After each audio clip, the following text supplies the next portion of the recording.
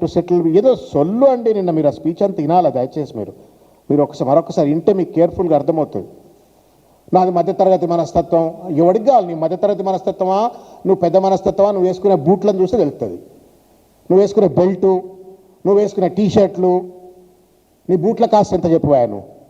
నువ్వు మధ్యతరగతి కల్చర్ అని చెప్పని ఆడ సొల్లు చెప్పగానే మీరు ప్లేట్ బ్రేకింగ్లు పెట్టి రేవంత్ రెడ్డిది మధ్యతరగతి మనస్తత్వం అనగానే ప్లేట్ బ్రేకింగ్లు పెట్టేసి ఏం బట్టలు వేసుకుంటున్నావు నువ్వు? ఏం బెల్ట్లు పెడుతున్నావు? చార్టర్ ఫ్లైట్లు ఎక్కి నువ్వు చేసేటువంటి జల్సాలేంది, విందులేంది, వినోదాలేంది ఈ జనానికి తెలియవా? ఉన్నంతలో సర్దుకపోతాడట, దుప్పట్టున్నంతనే కాళ్ళు దాచుకుంటాడట. ఇది పెట్టుబడులను అట్రాక్ట్ చేసే మన మాట, ఇది ముచ్చట. ఇది ఎన్ని ఉద్యోగాలు కల్పన చేస్తున్నా, ఏ రంగాన్ని నేను ఇక్కడ ప్రమోట్ చేస్తున్నా, what kind of industry sectors that I'm going to promote here, ఇది కదా మాట్లాడాల్సింది. ఇది సొల్లు. ఈ సొల్లు ఈయన మాట్లాడింది క్రెడాయిలో. దానికి తోడు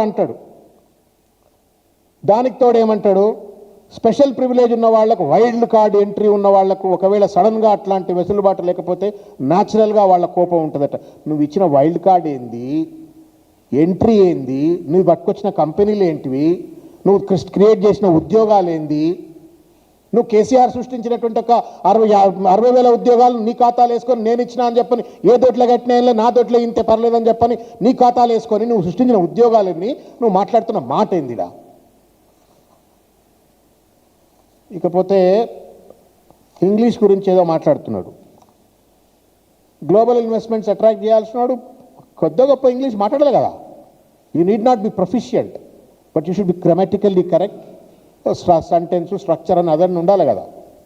నాకు ఇంగ్లీష్ లేదు, ఇంగ్లీష్ అవసరం లేదు, కామన్ సెన్స్ ఉండాలని చెప్పని కేటీఆర్ గారిని ఏదో దెప్పు పొడిచే ప్రయత్నం చేసినావు.